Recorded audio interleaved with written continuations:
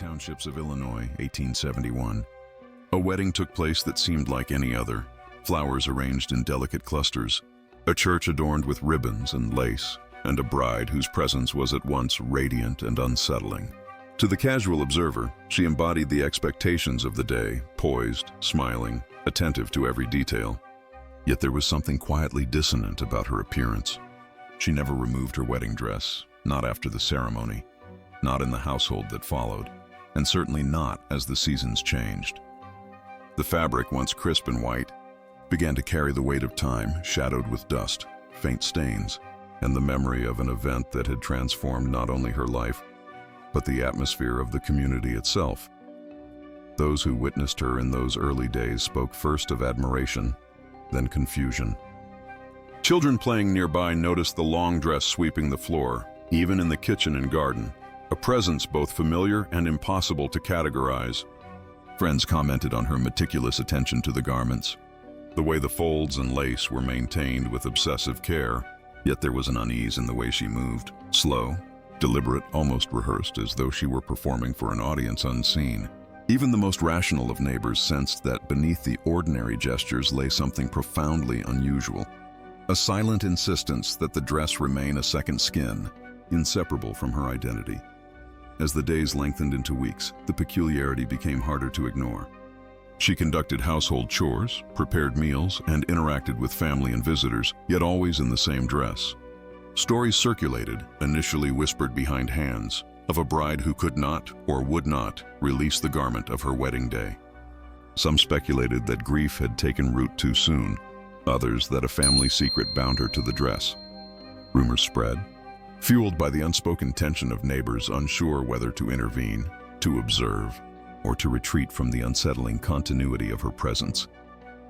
The mystery deepened when visitors noticed that even private moments, meals at the table, tending to gardens, crossing the threshold from sunlight to shadow, were conducted without ever shedding the fabric. The dress, heavy with lace and multiple layers, would have been cumbersome, yet she moved as though trained, as though the dress and her body were one entity. Psychologists of the era, though rudimentary in understanding, would later describe such behaviors as obsessive-compulsive, a manifestation of anxiety anchored to ritual, or a social pathology exacerbated by isolation and societal expectation. But in 1871, no such terminology existed. What remained was a slow, accumulating unease, a sense that the ordinary rhythms of life were being silently rewritten by a singular, unyielding presence. Observers spoke of the physicality of the dress itself, how it caught in doorways, brushed against furniture, and trailed over the threshold of the home. Each movement was accompanied by the whisper of fabric on wood, a sound that became emblematic of her strange insistence. Even the household pets reacted with caution, stepping lightly to avoid contact, as though instinct recognized the tension embedded in the folds of cloth. These details, minute yet persistent, amplified the uncanny aura surrounding the bride, transforming mundane domestic life into a scene thick with silent dread. Community members began to connect the strange behavior with other oddities: prolonged absences from public gatherings, sudden retreats to private rooms, and a reluctance to allow visitors to observe intimate moments. The bride's family, bound by loyalty and custom, expressed concern, yet maintained silence in deference to her apparent need. Local clergy, when approached, spoke cautiously of divine will, moral duty, and the potential for spiritual struggle, though the explanations lacked the specificity needed to satisfy anxious onlookers. The bride herself offered no explanation, her eyes calm, her posture upright, yet her continued presence in the wedding dress suggested a ritualistic dimension to ordinary life, a fixation that drew attention without providing clarity. The effect on the wider community was subtle but pervasive.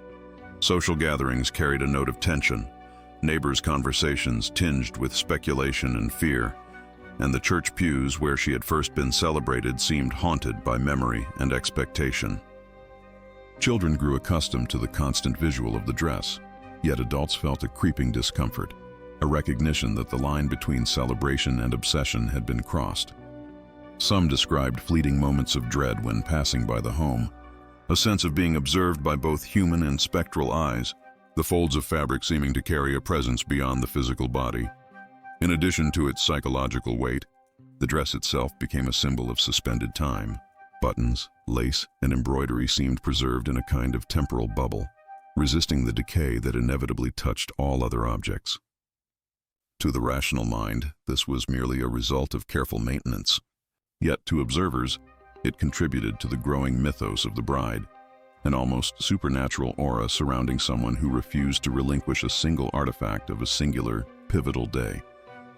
The narrative, both observed and constructed, transformed her from a local figure into a subject of enduring curiosity and subtle terror. As the first weeks bled into months, her continued adherence to the wedding dress became both spectacle and enigma.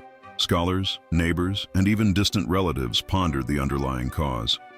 Was this the result of psychological trauma, cultural expectation, or a symbolic gesture with layers of meaning lost to time? Perhaps it was a ritual of mourning, a dedication to a life not yet ended, or the outward expression of an inward obsession. Regardless, the community was bound into the orbit of the bride's silent insistence, forced to reckon with the disquieting intersection of normal life and ritualized fixation. Even today, the story of the bride who never removed her wedding dress persists as a study in human behavior, isolation, and the thin line between devotion and obsession. The initial moment of curiosity transforms into unease, then into quiet dread, as observers, both contemporary and modern, attempt to comprehend a woman who turned a single garment into a constant, haunting presence. The folds of her dress became as much a part of the town's collective consciousness as the physical streets, rivers, and homes, a testament to the subtle, enduring power of ritual, memory, and mystery. In 1871, Illinois was a state still reshaping itself after the convulsions of the Civil War, navigating tensions between tradition and the pressures of modernization. Rural communities dotted the landscape, with farmsteads isolated by miles of dirt roads, dense forests, and the winding courses of rivers. Life in these areas was defined by both the harshness of the environment and the expectations of social conformity. Families relied on labor-intensive agriculture, tending to fields of corn, wheat, and tobacco, while maintaining livestock that provided sustenance and income. Each household was a self-contained unit, where survival depended on cooperation, endurance, and adherence to the roles assigned by custom and gender. Within this context, social structures were rigid. The family unit was central, not only as a provider of economic stability, but as a moral and cultural anchor. Women, particularly brides, were expected to embody virtue, patience, and devotion to both household and husband. Marriage was often both a personal and communal contract, observed by extended families and neighbors alike, cementing alliances and reinforcing social norms. In this environment, deviations from expected behavior were not merely personal eccentricities. They were social events, noted and discussed, sometimes feared for their potential to disrupt community harmony. The bridal customs of the period emphasized formality and symbolism. Wedding attire was meticulously prepared, often handcrafted and passed through generations as heirlooms or crafted anew with care. A white dress symbolized purity, adherence to societal expectation, and the transition into marital responsibility. The presentation of the bride was as much a statement to the community as it was a personal choice. It was a ritualized moment, observed with reverence, signaling both conformity and aspiration within the broader social order. For a bride to maintain her dress continuously then was to invert these expectations, creating an unspoken tension between ritual and reality, between observation and private experience. Beyond domestic life, Illinois in the late 19th century experienced subtle but significant social shifts. Transportation networks, including railroads and river navigation, began to connect previously isolated communities, introducing new ideas, goods, and cultural practices. Education was uneven, with rural districts often under-resourced, and literacy rates varied considerably. Religious institutions wielded influence, providing moral guidance and social cohesion, yet they also enforced conformity through sermons, advice, and social censure. Community perception mattered greatly. Reputation could define access to resources, marriage prospects, and social capital. In this climate, unusual behavior, even if private, risked scrutiny and potentially ostracism. Health and science, while advancing, remained rudimentary in rural Illinois. Medical understanding of mental health, trauma, and behavioral disorders was limited, Conditions such as anxiety, obsessive-compulsive tendencies, or prolonged grief were poorly understood, often interpreted through moralistic or spiritual frameworks rather than clinical observation. Remedies, when applied, were a mix of folk practices, religious rituals, and emerging medical interventions, sometimes effective, often arbitrary. The isolation of rural households meant that professional oversight was scarce, and families relied heavily on observation, tradition, and local knowledge to interpret unusual behaviors. This combination of environmental isolation and limited medical understanding created fertile ground for mysterious occurrences to gain weight in communal imagination. Cultural pressures also shaped behavior. Women were taught to prioritize familial needs above personal desire, and social deviation could be met with gossip, judgment, or intervention by kin or community leaders. Maintaining a public persona was vital. Appearances were a measure of moral character and social stability. In this context, a bride refusing to remove her wedding dress challenged the boundaries of acceptable behavior. To contemporaries, such conduct could suggest mourning, mental instability, or an unspoken transgression. The dress itself, already laden with cultural meaning, became an object through which the community interpreted morality, ritual, and the mysterious unknown. Economically, the region was predominantly agrarian, with families dependent on seasonal labor and careful resource management. Days were long and physically demanding, leaving little room for leisure, and social gatherings were rare, highly valued, and carefully observed. A bride who adhered obsessively to her wedding attire disrupted expected rhythms, creating a constant visual and symbolic reminder that ritual could extend beyond a single event into the fabric of daily life. The community's perception of her behavior was inevitably filtered through lenses of utility, propriety, and survival, as neighbors sought to reconcile curiosity with social cohesion. The broader national context cannot be ignored. Illinois, like much of the postbellum Midwest, was experiencing slow industrialization alongside deep agricultural traditions. Innovations in transportation, communication, and manufacturing began to influence rural areas, yet cultural expectations often lagged behind material change. In this tension between modernity and tradition, deviation from customary roles was magnified. A woman's refusal to remove her wedding dress became a symbolic intersection of personal psychology, community perception, and historical circumstance, reflecting broader anxieties about order, identity, and control in an era of transition. Folk beliefs and superstitions remained strong, particularly regarding marriage, clothing, and ritualized life. The persistence of garments associated with significant life events was often interpreted as a mark of spiritual attachment or unresolved grief. Stories circulated of garments retaining the essence of the wearer's intentions, or of psychological and supernatural influences exerted through ritualized objects. While these beliefs may appear quaint or irrational to modern observers, they provided a framework through which the community made sense of the inexplicable, reinforcing the mystical aura surrounding the bride and her continual attachment to the dress. In essence, the late 19th century Illinois setting combined isolation, laborious domestic life, rigid social expectations, and limited scientific understanding to create a stage upon which human behavior could be amplified into legend. The bride's obsessive adherence to her wedding attire intersected with cultural norms, environmental pressures, and community observation in ways that transformed a personal choice into a shared mystery.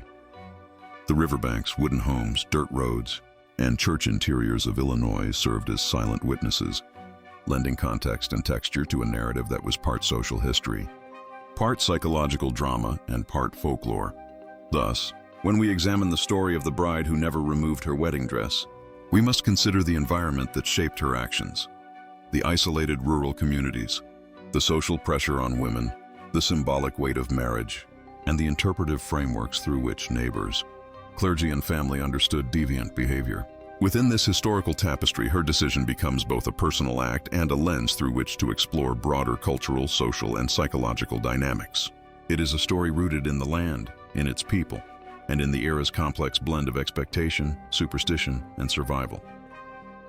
The first days after the wedding passed quietly, though tension simmered beneath the surface. Neighbors noticed subtle oddities almost immediately. The bride moved through her home with a careful deliberation, the fabric of her dress brushing against every corner. She carried water from the well in a manner that seemed rehearsed, each motion precise, controlled, yet oddly heavy. The children, if any were in the household or visiting relatives, watched her with curiosity tinged with unease. The dress seemed almost alive, trailing behind her like a shadow, absorbing light and casting small, shifting darkness across the wooden floors. One afternoon, a visitor to the home reported a minor accident that revealed a chilling aspect of her attachment. While sweeping, she tripped over the hem of her gown, the fall sudden but silent. Onlookers rushed forward, expecting cries or injury, yet the bride rose gracefully, her composure intact. The dress had shielded her in a strange way, cushioning the impact as if anticipating each stumble. Witnesses noted the eerie calm in her expression, a subtle, almost imperceptible satisfaction in the flawless execution of an accident that might have injured others. Over the next week, more incidents accumulated, each weaving unease into the fabric of daily life. A door slammed unexpectedly during a gust of wind, and the bride reacted instantly, spinning and catching the heavy lace before it tore. A cat, startled by the commotion, dashed across the room, snagging a corner of the dress. The resulting tug was enough to threaten a tear, yet she managed the situation with uncanny precision, repairing minor fabric damage with careful hands. Observers whispered of the supernatural, suggesting the dress itself possessed awareness or intent. A more harrowing moment occurred during a visit to the river where the bride attempted to wash linens. The water, swift and frigid, lapped at the edges of her dress. Suddenly a wave caught the hem, pulling her slightly forward.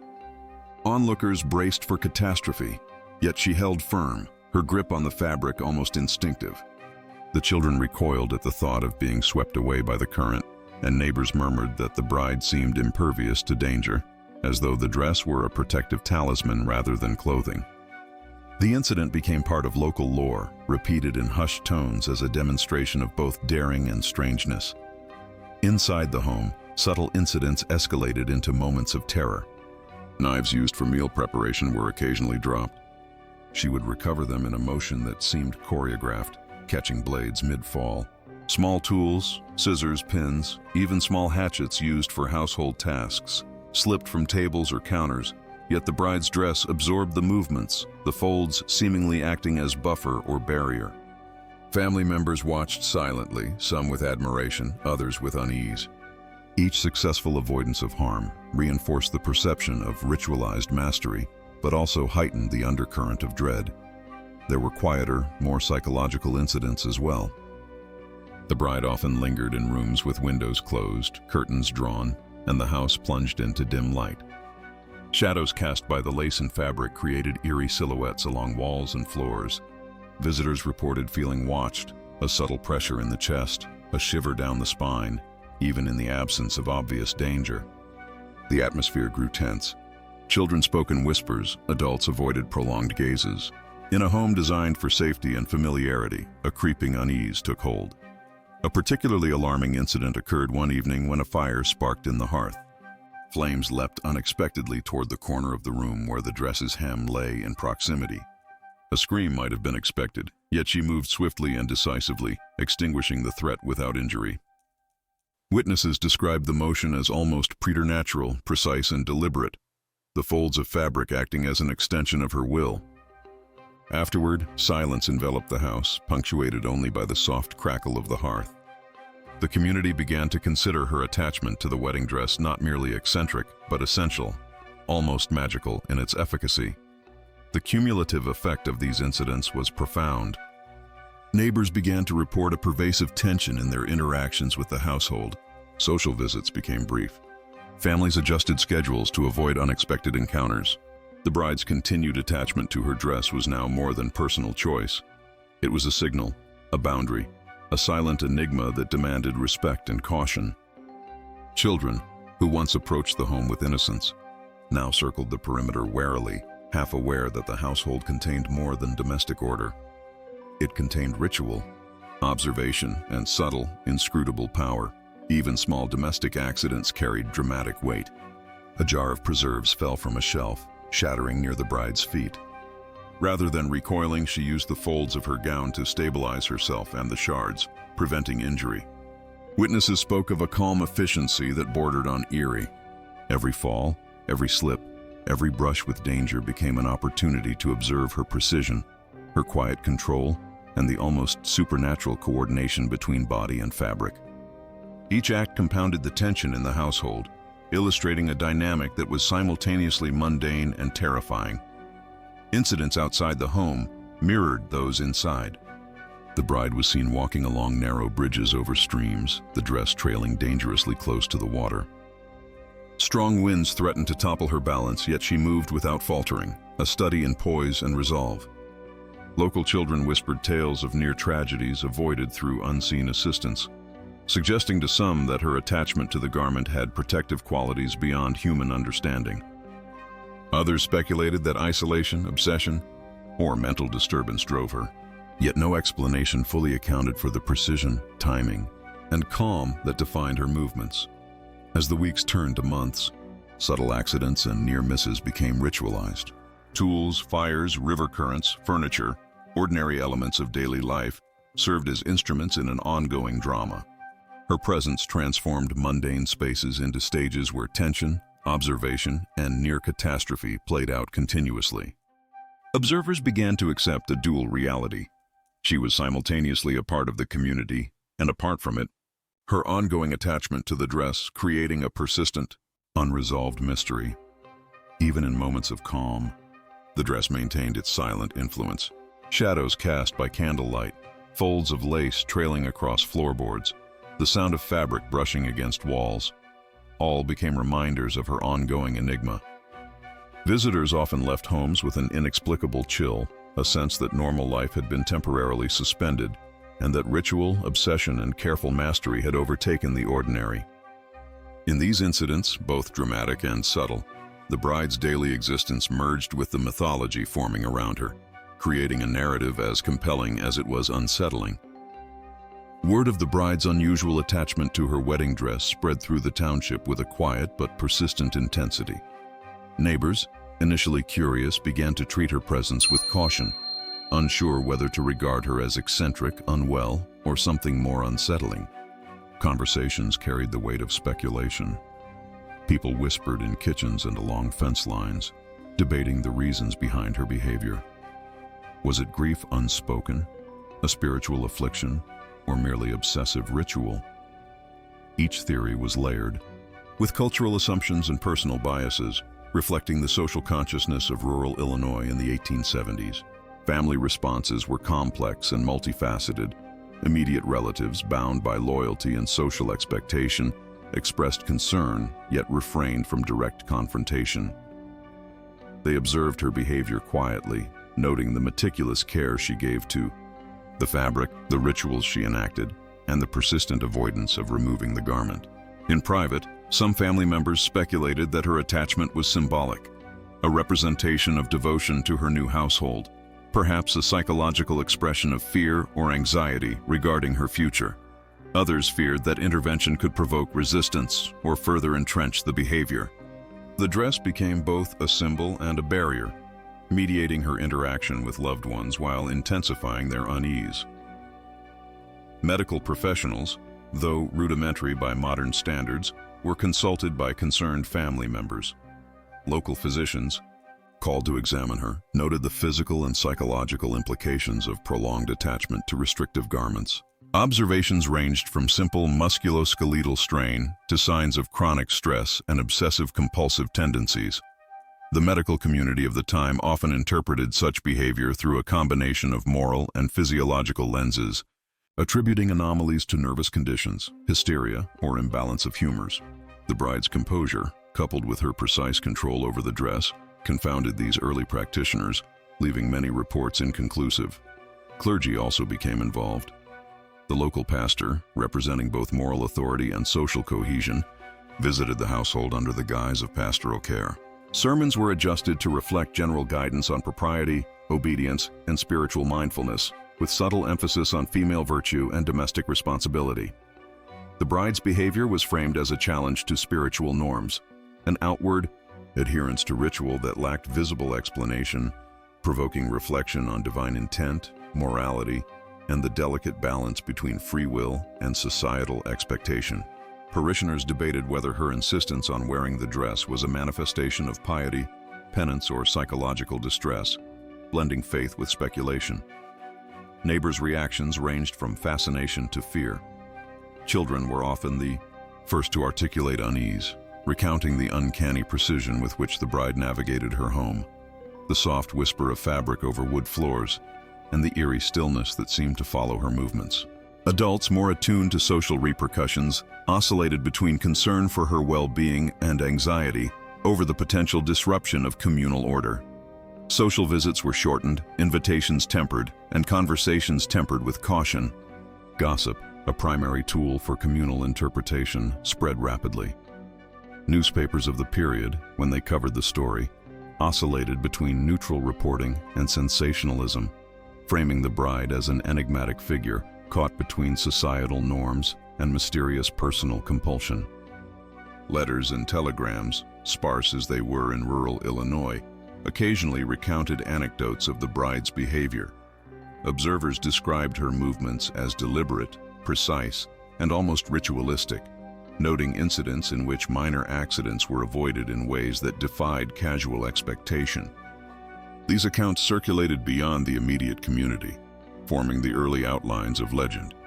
Each retelling emphasized her attachment to the dress as central to the narrative, transforming private domestic life into public curiosity. Psychological interpretations were nascent but present. Even in the 19th century, physicians and philosophers debated the effects of isolation, social pressure, and ritualized behavior on the mind. The bride's case became, in some discussions, a practical illustration of these concerns. A woman, physically healthy, yet behaviorally extraordinary, whose insistence on ritual created both admiration and unease. Scholars considered the interplay between social isolation, expectation, and the human need for control and predictability, particularly in women constrained by societal norms. The dress, thus, was not merely fabric, it was a conduit through which psychological tension manifested visibly. Neighbors also speculated on spiritual or supernatural explanations. Folklore traditions were alive and vibrant in rural Illinois. Garments could carry symbolic power, serve as protection, or bind an individual to ritual obligations. Some whispered that the bride's dress had absorbed an essence of fate, or that her refusal to remove it signified attachment to forces beyond ordinary comprehension. These interpretations, while not scientifically validated, shaped communal responses, embedding fear, respect, and intrigue into the collective perception. Family, clergy, and medical observers ultimately found themselves negotiating between compassion, control, and observation. Attempts to intervene were cautious. Gentle suggestions to change attire met with calm, polite refusal. Recommendations for psychological consultation were limited by available knowledge, distance, and skepticism. Pastoral advice emphasized patience, moral guidance, and recognition of spiritual struggle. Through all this, the bride maintained a serene, composed demeanor, leaving observers to wonder whether their concern was necessary, misplaced, or a reflection of their own unease projected onto her behavior. The response of the broader community evolved over time. Initial curiosity matured into a careful distance. Social invitations dwindled. Neighbors avoided prolonged visits. Even in church, the bride's presence, in the same dress week after week, became a visual testament to continuity, ritual, and deviation. Children, perhaps less socially constrained, whispered, giggled, and speculated, while adults adopted a more reserved stance, balancing observation with restraint. Public curiosity, tinged with subtle fear, ensured that her behavior would be remembered, analyzed, and narrated long after initial observation. In the press, coverage was cautious but persistent. Early reports emphasized peculiarity, highlighting the anomaly of a bride who never changed attire, and framing it within moral and social commentary. Editorials debated the implications. Was it a harmless eccentricity or a warning regarding domestic isolation and psychological fragility? Readers were invited to interpret, judge, and speculate. Newspapers, though limited in circulation in rural areas, extended the reach of the narrative, transforming a localized anomaly into a story of enduring intrigue. Even today, historians examining contemporary records note the interplay between observation, interpretation, and legend. The bride's case illustrates how communities, constrained by social norms and limited understanding of psychology, can construct complex narratives around unusual behavior. The intersection of family loyalty, clerical guidance, neighborly curiosity, and nascent psychological theory created a multi-layered response, one part empathy, one part fear, and one part fascination with the extraordinary. Through all these responses, a consistent theme emerges. The bride's refusal to remove her wedding dress challenged expectations, provoked interpretation, and drew observation, yet never elicited direct confrontation. Her calm composure, precise movements, and silent insistence created a narrative that merged social history, folklore, and psychological drama. The reactions of family, clergy, neighbors, and press thus reveal as much about 19th century society, its norms, fears, and interpretive frameworks, as they do about the mysterious figure at the center of the story. As autumn descended upon the small township in Illinois, the once quiet household took on an air of foreboding that seemed to mirror the deepening shadows of the season. Leaves tumbled along dirt roads in brittle, rustling heaps, and the wind whispered through the skeletal branches of oaks and maples, carrying with it an almost imperceptible warning of unrest. The bride moved through her home with the same ritualistic care that had defined months of observation, but an unmistakable tension had begun to permeate the atmosphere. It was as if the dress itself, now worn continuously for nearly a year, had absorbed not only the fabric of the household, but also the latent unease of the surrounding community. The day began unremarkably. Sunlight filtered weakly through small windows, illuminating dust motes that danced above the worn wooden floors. Yet there was a subtle disturbance. The hum of activity in neighboring homes seemed muted, neighbors' voices hushed, as though instinctively acknowledging that something extraordinary, something charged with consequence, was unfolding. Inside the house, the bride moved from room to room, her movements precise, deliberate, almost ritualistic.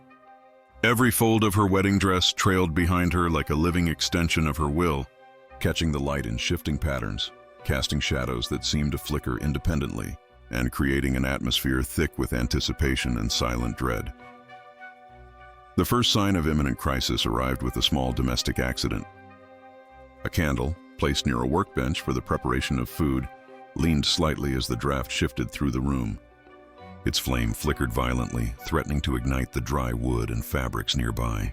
The bride, fully aware of the danger, reacted instantly. She moved with a fluidity that belied the weight of her gown, adjusting the candle with deft precision, while simultaneously gathering loose materials with the folds of the dress itself, preventing disaster. Observers, previously at ease in their peripheries, felt the tension spike sharply.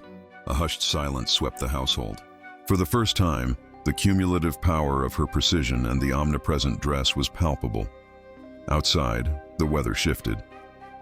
A sudden gust of wind tore through the township, rattling shutters and sending branches scraping against the wooden walls. The bride stepped out briefly to secure the garden tools left near the porch. The dress, voluminous and heavy, billowed in the wind, threatening to entangle her. Observers from neighboring homes, unable to resist watching, gasped at her control. Each step, each careful motion, conveyed a combination of grace, resolve, and something beyond ordinary human skill. The dress seemed less a garment than an instrument through which she exerted command over her environment, an almost mystical extension of herself. Tension escalated further that evening when a small fire erupted in the kitchen hearth. Flames licked the edges of the room, catching the attention of the bride, who was performing routine evening chores. The fire's proximity to the dress and surrounding furnishings intensified the suspense. Observers noted the strange calm that overtook her. No panic, no haste, only precise, deliberate action. She grabbed a nearby water bucket and, using the folds of her gown as leverage and coverage, subdued the blaze. The motion was seamless, an interplay of body and fabric that prevented catastrophe, yet created an almost theatrical display of risk and control. Witnesses, including family members and neighbors who had come to check on the commotion, were transfixed. Fear and awe blended into a potent mixture that clung to the room like smoke. As night fell, the events reached a crescendo. The wind intensified, rattling windows and doors with sudden violence. A lantern toppled, spilling oil across the wooden floor. The bride, standing in the center of the room, reacted instantly. She positioned her body and the folds of her dress in a sweeping, controlled motion that shielded both herself and the surrounding space from immediate danger. The oil ignited briefly, casting flickering, grotesque shadows that danced across the walls, amplifying the horror of the scene. Observers held their breath, unable to intervene without disturbing the delicate balance she maintained. Every movement was precise, calculated, and suffused with an almost preternatural awareness of the environment around her. Neighbors had gathered discreetly outside, their faces pale in the lantern light spilling from the windows. Some whispered prayers, others murmured warnings to one another, all trying to reconcile the domestic chaos with the calm, almost mechanical mastery displayed within. The line between human capability and something inexplicable blurred. The bride's composure, unwavering through repeated accidents and threats, transformed into a central spectacle, an intimate theater of suspense, resilience, and terror. Suddenly, a floorboard creaked underfoot, a subtle but distinct warning that structural integrity was at risk. The bride, sensing the danger, moved to counterbalance, adjusting her stance and the flow of the dress. It swept around her like a living shield, a barrier between the imminent collapse and herself. Onlookers felt the tension as a tangible force, a mixture of fear and admiration for the skill and calm she maintained amid what could have easily become disaster. The interplay of risk, precision, and observation created a heightened awareness in every witness, amplifying the drama to near unbearable intensity. The climax reached its zenith when a combination of wind, fire, and structural instability threatened to overwhelm the space. A small cabinet, loosened by previous disturbances, began to tip toward the hearth. The bride's reaction was immediate. She extended an arm, swept a portion of her dress to entangle the falling furniture, and shifted her weight to absorb the momentum. Flames licked perilously close, yet she moved without hesitation. The observers, silent and tense, experienced the scene as a suspended moment in time, where the line between survival and catastrophe was razor thin. Through the night, a delicate balance of risk and mastery continued.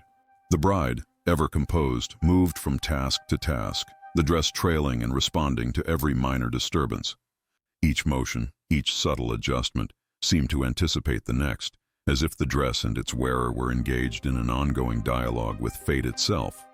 Onlookers, constrained to observation, were forced into helpless awe, recognizing that what they were witnessing transcended ordinary domestic activity.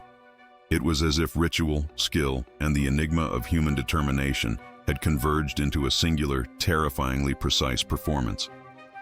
By the early hours of dawn, the immediate danger had passed. The house bore evidence of the night's tension: scorched hearth edges, minor dislodging of furniture, and scattered remnants of minor accidents. But the bride remained unscathed, her dress intact and trailing in silent witness to her endurance. Neighbors left in quiet contemplation, some whispering of divine intervention, others of extraordinary human skill, while a lingering unease persisted that would be felt for days, weeks, and years thereafter. In this climax, the convergence of natural threat, domestic hazards, and human ritual created a tableau of suspense that would define the legend. The bride's continuous adherence to her wedding dress became both protective talisman and symbol of control, a visible manifestation of resilience that transformed ordinary life into a sustained narrative of tension and silent horror. In the months and years following the events that had riveted the township, the bride remained a figure of enduring fascination and unease. Her household, once the quiet hub of domestic routine, had transformed into a locus of legend, a place where ordinary life intersected with ritual, precision, and unexplained mastery. Neighbors continued to speak of the incidents in hushed tones, recounting the folds of the dress that seemed almost alive, the precision with which danger was avoided, and the calm, unbroken composure of the bride in moments when catastrophe might have otherwise struck. The narrative lingered, expanding and retelling, and the line between observation and myth grew increasingly blurred. Family members, for their part, maintained a careful balance between care and distance. They respected her choices, aware that attempts to intervene could provoke resistance or exacerbate the situation, yet they also watched with continued concern. Some reflected on the psychological dimensions of her behavior, the attachment to the dress as a coping mechanism, a symbolic anchor, or an extension of identity. Others considered the influence of isolation, social expectation, and ritualized control, speculating that the bride's actions were not mere eccentricity, but an adaptive response to an environment that demanded discipline, endurance, and vigilance. Each interpretation added a layer of depth to the ongoing story, though none fully resolved the mystery. Clerical observations remained measured but tinged with reflection. Pastors who had once advised patience and moral guidance now considered the bride a living testament to the interaction between faith, ritual, and personal agency. The wedding dress, continually worn and meticulously maintained, had become a visible representation of devotion, discipline, and endurance, a material embodiment of abstract ideals. Parishioners occasionally sought insight, framing her behavior as a cautionary tale or a moral parable. Yet no single narrative satisfied the questions it raised. The broader community, too, adapted to the persistent enigma. Children who had once approached the home with curiosity now carried the memory of quiet dread and careful observation into adolescence. Adults continued to maintain social distance, interpreting the bride's persistence as either a sign of extraordinary self-control or a subtle indication of otherworldly influence. The story of the bride, transmitted through gossip, letters, and the occasional newspaper mention, became woven into local folklore. Tales emphasized both the marvel and the menace of her behavior, perpetuating an aura of mystery that would endure for generations. Historians reviewing the case centuries later note the interplay of psychological, cultural, and social forces. The bride's continuous attachment to her wedding dress may have functioned as a stabilizing ritual, providing structure and control in a world defined by domestic responsibility, social expectation, and unpredictable hazards. Simultaneously, her actions challenged observers' understanding of human behavior, blending ordinary life with extraordinary performance.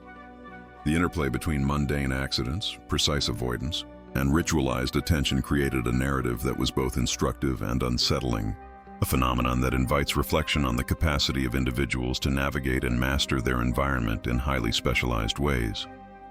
Speculation about the bride's later life remains open-ended.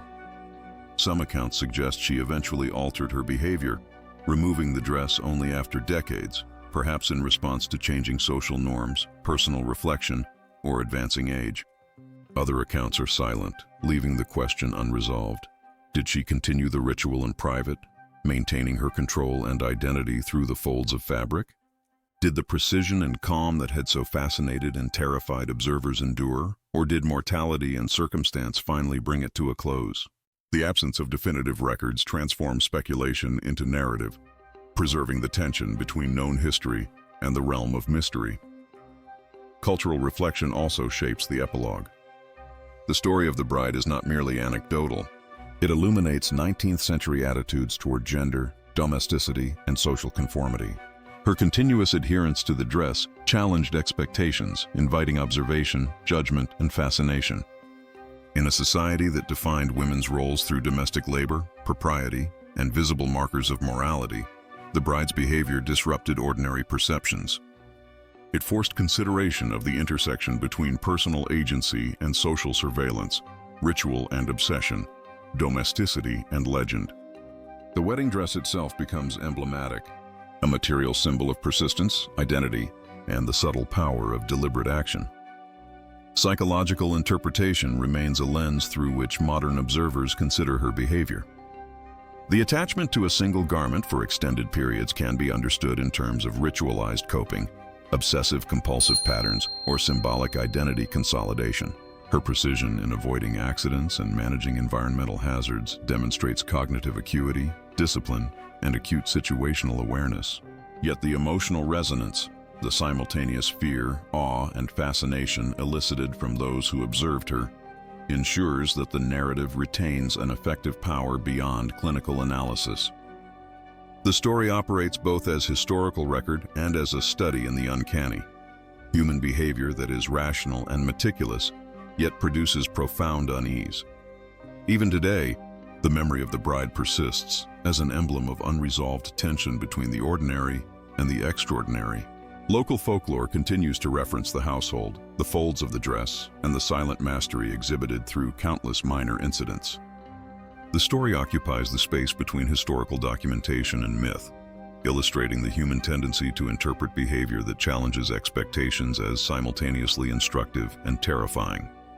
It reminds us that ritual, repetition, and attention to detail can transform the mundane into something compelling, almost legendary, and that communities, constrained by social norms and limited understanding, will perpetuate tales that blend admiration with fear.